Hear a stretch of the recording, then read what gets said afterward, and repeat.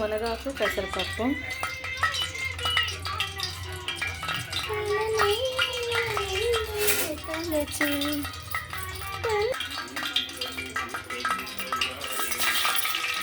ఆవాలు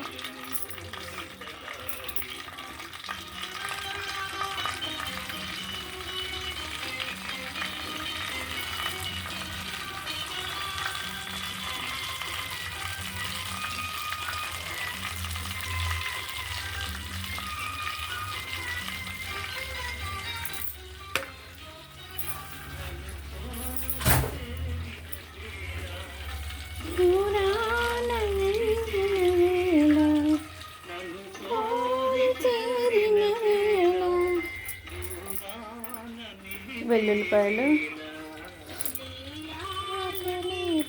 కొన్నచో వీరనేను ఊపిరికోలంట లోకమెల్ల చెల్లంట కాంతాంత జీలకర్ర వేయండి.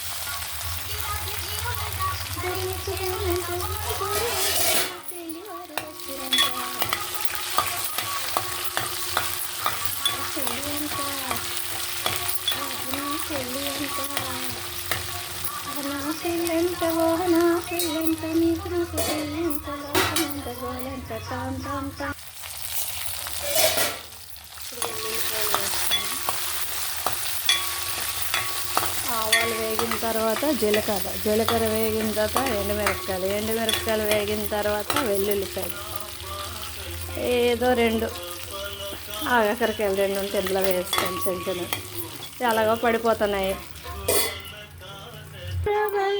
గోదావరి ఉరకాల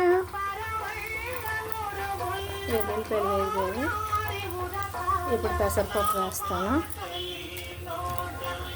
కొంచెం వాటర్ వేసి ఇది బాయిల్ అవుతుంటే పెసరపప్పు వేస్తాను. ఆ వాటర్ అందులోనే మునగాకు ఉడికిపోతాయి.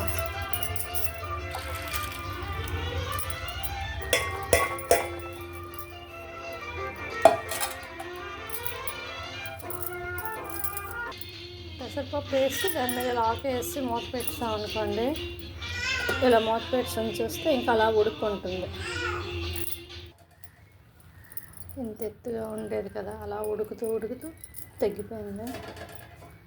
ఇంకా తగ్గిపోద్ది. ఉప్పుని నీళ్ళలో కలిపాను, అంటే ఉప్పు వేసేటప్పుడు ఇలా కలిపినప్పుడు ఇది అవుతుందని ఉప్పు నీళ్ళలో కలిపేసి కూర ఉడికిపోయిన తర్వాత అందులో వేస్తాను.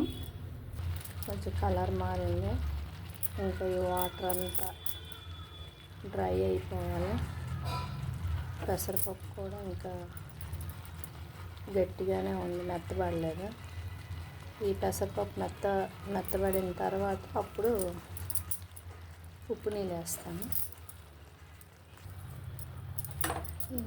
సాల్ట్ వాటర్ వేసేసి కలిపేసాను. అయిపోయింది పెసరపప్పు మునగాకు కూర. మంచి వాసన వస్తుంది. వేడి అన్నంలో నెయ్యి వేసుకొని కలుపుకొని తింటే బాగుంటుంది. ఓకే, లైక్ చేయండి, షేర్ చేయండి, సబ్స్క్రైబ్ చేయండి.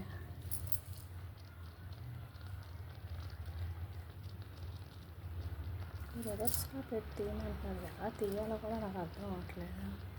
ఇటువైపు కూర ఉంటే ఇలా కనిపిస్తుంది.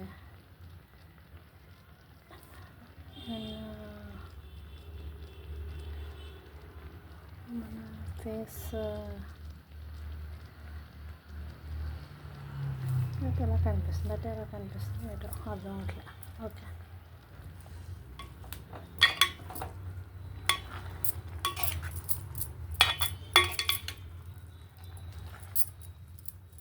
ఇంకా పెసరపప్పు మెత్తగా కావాలంటే ఉడికించుకోవచ్చు, మన ఇష్టం.